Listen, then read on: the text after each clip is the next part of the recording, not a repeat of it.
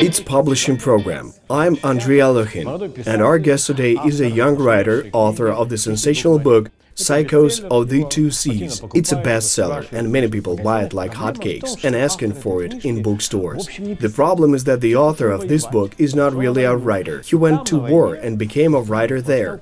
He wrote a book, a very successful one, in which he described everything he witnessed.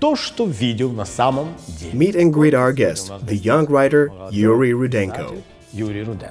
Yuriy, let us establish the sequence of events. A businessman who sells equipment suddenly goes to the army, writes a book there, and becomes a writer. That's pretty unusual. I'm interested in the process of the birth of a writer. Moreover, not just an amateur who created something in a graphomaniacal way, but created an actual book. It's literature. A writer who keeps writing. How did it all happen? People become writers by accident. It is unequivocally a coincidence of certain factors. I served in 2015 to 2016, when the front line had already been established. It was possible to provide myself with a certain level of comfort and everyday life. There was not just getting into an APC and driving off somewhere. There was a certain amount of free time, there was access to electricity, and there were friends whom I could ask to send me a laptop. I wrote to my friend, "Roman, could you find a laptop for me? Just find one." But he overfulfilled my request, and he sent me a laptop as a gift, saying to me that he understood it was something I really needed. I was very grateful. It is known that you are a volunteer. Many who were previously running some kind of successful business decided to go to war. In my case, the situation was similar. At the very beginning of 2014, quite a number of my friends joined volunteer units and the army, and in the beginning I supplied them with the necessity goods. It was basically targeted volunteering, for I took money from my savings to pay for. And then the laptop arrived to the future writer in roughly the same manner. It turned out that I had some free time, and I had memories from the Maidan. So I had a chance to retell the stories of my predecessors, my friends. There are consultants who, if need be, will help write in the trenches. You're right. There is internet access. At any time I can contact the right person and ask them whether something happened in this way or not. Some Sevastopol stories of some guy named Yuriy Tolstoy. A lot has been written about the war from fresh memory, and it's still being read today. That might be the case, but going into the propaganda sphere, we want to cover the masses. We have highly specialized things for knowledgeable people, but there is nothing or almost nothing for the broad masses. What was my idea? To highlight events with high veracity, but also make them easy for everyone to comprehend. Accordingly, classic elements of a love story were introduced in it, an ordinary, popular story. Actually, it's a documentary narrative that reveals the real numbers of units, vehicles, and real call signs of the soldiers. But there is also a love line, which is almost completely fictional, and this is exactly the skewer on which the meat of the real events is put on.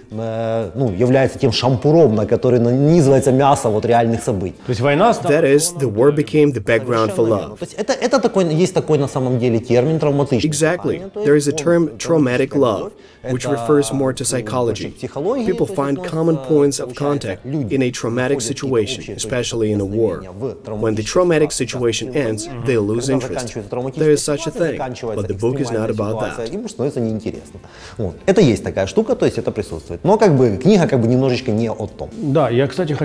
I have a question. Psychological help, for example.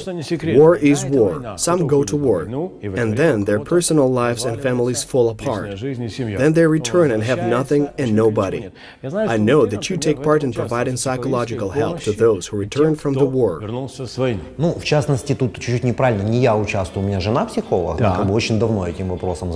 That's not exactly right. I did not participate personally, but my wife is a psychologist, and she's been dealing with this issue since before the war. First, she studied for a long time, worked, and now she's helping veterans, their families, and internally displaced persons. And here's an important fact. Many people went to war to escape everyday life. That is actually true. In my case, I got a call from a recruitment office. There was no summons.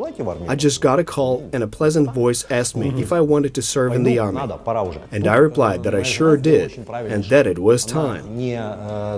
My wife took a very correct step. She did not try to stop me, but said, "I will accept your decision." That is an experience for both men and women. People often forget that while the man is at war, the woman performs the functions of both mom and dad. She also progresses and learns something. And when the man returns from the war, from the army, for example, he changed and the wife also changed, meaning they would have to get used to one another once again.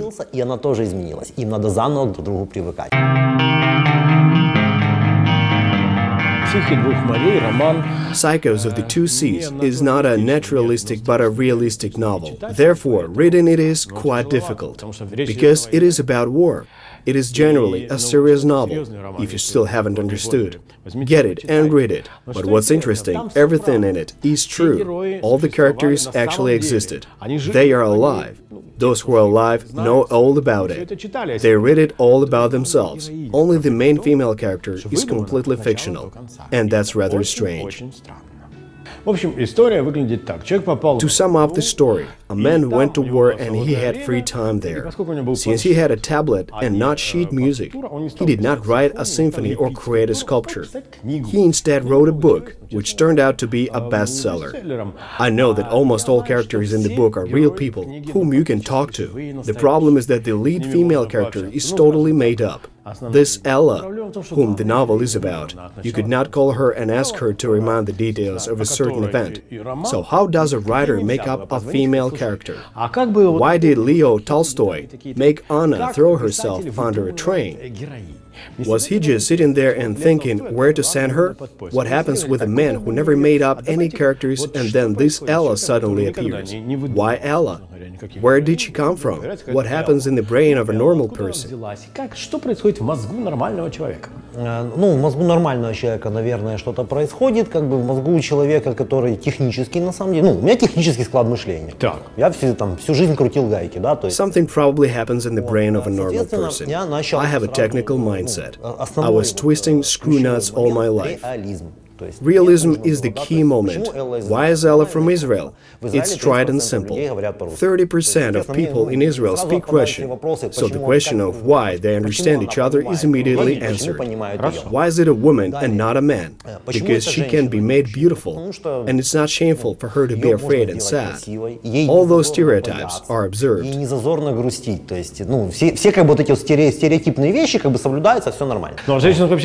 Writing about women is generally more interesting. It means that feelings can be described in more detail. While Ella and not somebody else, I'll be honest, I knew two Israeli names, Ella and Sarah. The latter was overused, and Ella sounds more beautiful. This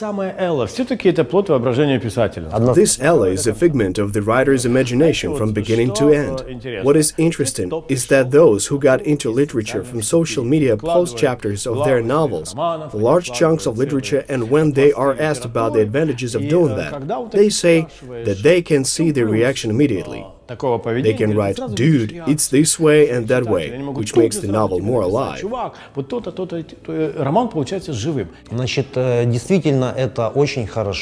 That's really good indeed, because in my case, the participants of all events had read about them and made corrections.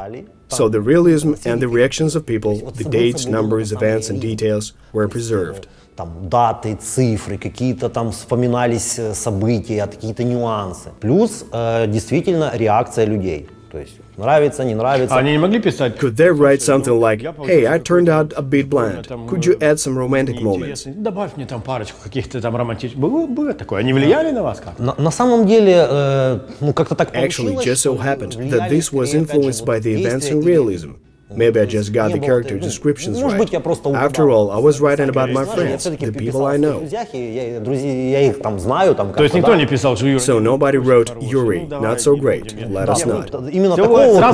I managed to guess there. A writer is kind of a headquarters. He knows all the information, he sees everything. He's the writer. He gathers all his characters. He must do that to keep it interesting. We're talking about 3 layers of an image here. When reading a book, a person imagines certain images. I can make it a macro perspective, an image of small details, or I can present it from the first-person perspective, what the person saw and felt. Or I can present it from the third person that sees everything, and I can switch between those 3 perspectives.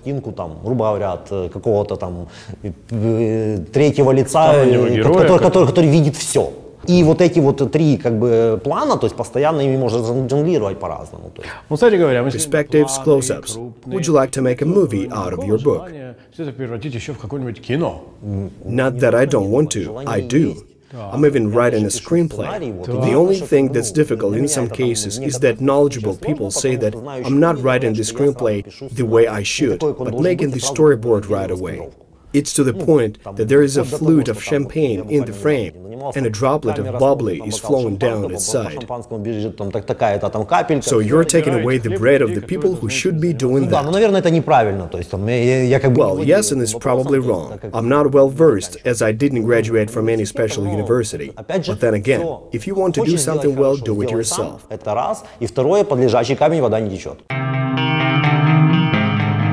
One of the French classics, some Maupassant, said that writing a novel is easy, but try coming up with a name for it, which is just about the novel Psychos of the Two Seas. People come to bookstores and ask if they have Psychos of the Two Seas. Some don't even know who wrote it. The name of the second novel by Yuriy Rudenko is even more Maupassant-like, and you'll hear about it now. Yuri, a writer becomes a writer, and not an author of just one popular sensational book. Not just when he publishes the second book after the first, but when he changes the subject of creativity and writes not just about what he sees and experiences. Then he can be considered a true writer. The new novel was named very poetically, Sveta and a Brick. What is it about? На самом деле тут все наоборот. Actually, it's quite different. It's called A Light and a Brick, not Sveta and a Brick. The name is dumb, and it was made that way on purpose. The first book, Psychos of the Two Seas, covers the events from the end of the Maidan to the finale of the burning of Ilovaisk. The second book picks up on September 14 and goes until February 15, the Debaltsevo battle. Once again, all the events are real. Where will we meet the same characters we liked in the first part? While some of them will find their way from one book to another. Will it become a trilogy afterwards? Will there be any continuation? There will definitely be a trilogy. The funniest thing is that I've already come up with the title. I just have to refine it. And then we shall see, because the anti-terrorist operation is still going. So there's still a lot to be said on this topic. As for the change of topics, I felt like a true writer after contributing to the collection 14 Friends of the Junta. My completely realistic short story is in it. It is about living people, and it is completely different from the first and second novels. It is written in Ukrainian, but the novels were printed and published in the Russian language. Once again, that's all due to the specific target audience. It's an elaborately planned move. In Junta, my story is written in Ukrainian. То есть, как бы роман это написано на русском, опять же, целевая аудитория там, и так далее, это специально придумано, ну, просчитанный ход, скажем так. Вот. В Хунте мой рассказ украиноязычный. Ну вот для многих это было действительно откровение, потому что... It was a true revelation for some, because everyone was convinced that in that book, which became a sensation in Ukraine, there will be a part of Yuriy Rudenko from the previous novel, but many read it and said that it's a completely different Rudenko, a different author. It was quite unexpected. it, and I am thankful for that. And the final question. What are your plans for the future? Okay, the second novel. But as far as I understand, a writer, especially as impetuous and fruitful as you, is engaged in something and has some other projects in addition to military creativity, right? По состоянию на сейчас, пока у нас все крутится вокруг войны, то есть тут, So far, everything is revolving around the war. Maybe with time, the topic of war will exhaust itself. However, I still keep getting messages from people who are ready to tell their story. They simply want me to put it out in fancy writing. So there is a lot of material to work with. I would like to write something about relationships in the future, perhaps a psychological thriller about love, without all the shooting and wars. But those are my plans for the distant future. Что-нибудь написать об отношениях людей. То есть какой-то такой там психологический триллер, что-то такое, то есть любой морковь, то есть без войны, без вот этого стрелянту-убиванту. Вот. Но это такое, это очень далеко идущий. Who knows, but I sincerely wish to you and the whole country that this painful war comes to an end as soon as possible, so we can start writing about human emotions, about love, psychological thrillers, comedies, anything. Peace to all of us, and thank you very much for coming to our studio. Goodbye. I wish the very same to you.